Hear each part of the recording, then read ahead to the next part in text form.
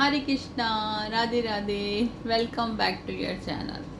तो क्या हो गया कि बड़े दिन का गैप हो गया बीच में। अभी हमने चतुर्थ शुरू ही किया था, तो कुछ कारणवश मैं नहीं बना पाई, तो हम आगे से कंटिन्यू करते हैं। जो इतने दिनों तक आपको गीता जी के श्लोकों का सुनने का नहीं मिला, उसके लिए मैं क्षमा चाहती हूँ। तो आज के श्लोकों को पढ़ते हैं।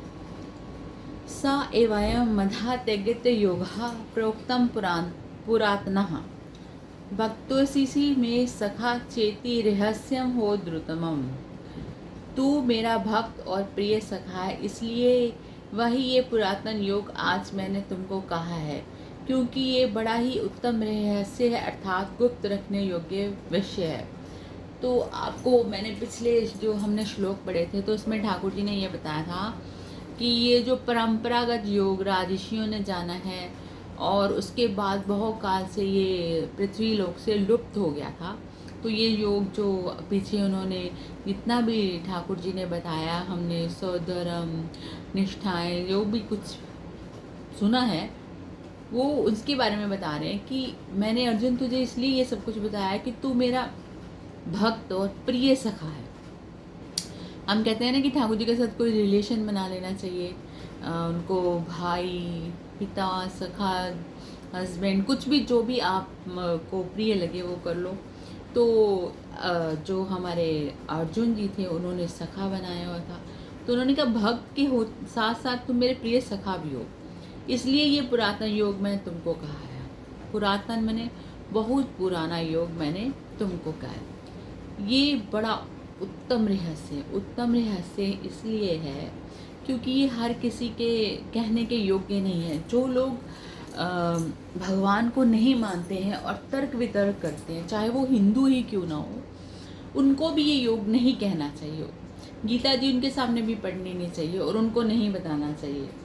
तो इसलिए ये बहुत गुप्त रखने का योग्य का विषय है। ये जो बहुत भक्त हैं, ठाकुर जी के प्रिय हैं, ये उनको ही कहना चाहिए, नहीं तो इसको गुप्त रखना चाहिए। तो अर्जुनवाच, आगे अर्जुन जी बोले, अप्रम वक्तो जन्म परम जन्म विवस्वता कथमेदिता जानियाम तव माधव प्रोक्ता वानेति। अर्जुन बोले, आपका जन्म तो अर्वाचीन अभी हाल का है, और सूर्य का जन्म बहुत पुरातन है, अर्थात कल्प के आदि में हो चुका था। तब मैं इस बात को कैसे समझूं कि आप ही ने कल्प के आदि में सूर्य से ये योग कहा था। तो इसमें अर्जुन जी का भी आगे सवाल आया ऐसे कि आप कह रहे हो कि ये जो योग है इतना पुरातन है, जो सूर्य ने अपने पुत्र वसवत मनु से कहा, मनु ने आगे परंपरागत योग से राजऋषियों को कहा, और फिर ये लुप्त हो गया है ना। तो ये इतना पुराना है, लेकिन आपका जन्म तो अभी हुआ है, और सूर्य जिन्होंने ये योग कहा था उनका तो जन्म बहुत कल्प से पहले, जब कल्प के आदि में हुआ है, कल्प के शुरू जब होगा तभी से हुआ है। आप तो अभी हुए हो, क्योंकि ठाकुर जी ने जब जन्म लिया है और अर्जुन जी का भी जब जन्म हुआ है, तो साथ साथ ही हुए हैं। ये थोड़ा इनकी एज में थोड़ा सा ही डिफरेंस था। तो इसलिए अर्जुन जी कह रहे हैं कि आपका जन्म तो अर्वाचीन है, अभी का हुआ है, हाल का अभी का है। तो और सूर्य भगवान का जन्म तो बहुत पुराना है, तो फिर आपको ये कैसे पता है? आदि की कल्प में हो चुका सूर्य का जन्म है, उन्होंने ये सारा कहा है। ये तब मैं इस बात को कैसे समझूं कि आप ही ने कल्प के आदि में सूर्य से योग कहा था। तो अब मैं इस बात को कैसे समझूं कि जब आप अभी का आपका जन्म है और आपने ही आदि में बहुत समय पहले सूर्य भगवान को ये योग कहा था।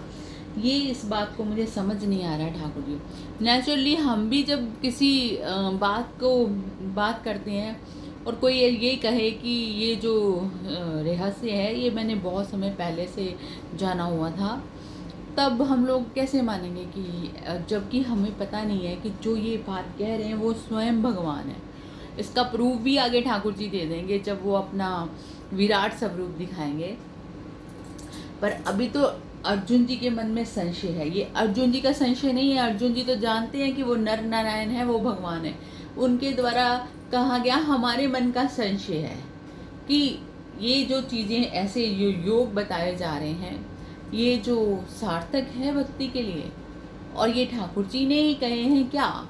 ये सब हमारी शंकाएं हैं जो अर्जुन जी द्वारा पूछी जा रही हैं। तो इसका समाधान आगे ठाकुर जी करेंगे, वो श्लोक हम कल पढ़ेंगे। तो रात को मिलते हैं 8 बजे लाइव पे। राधे राधे।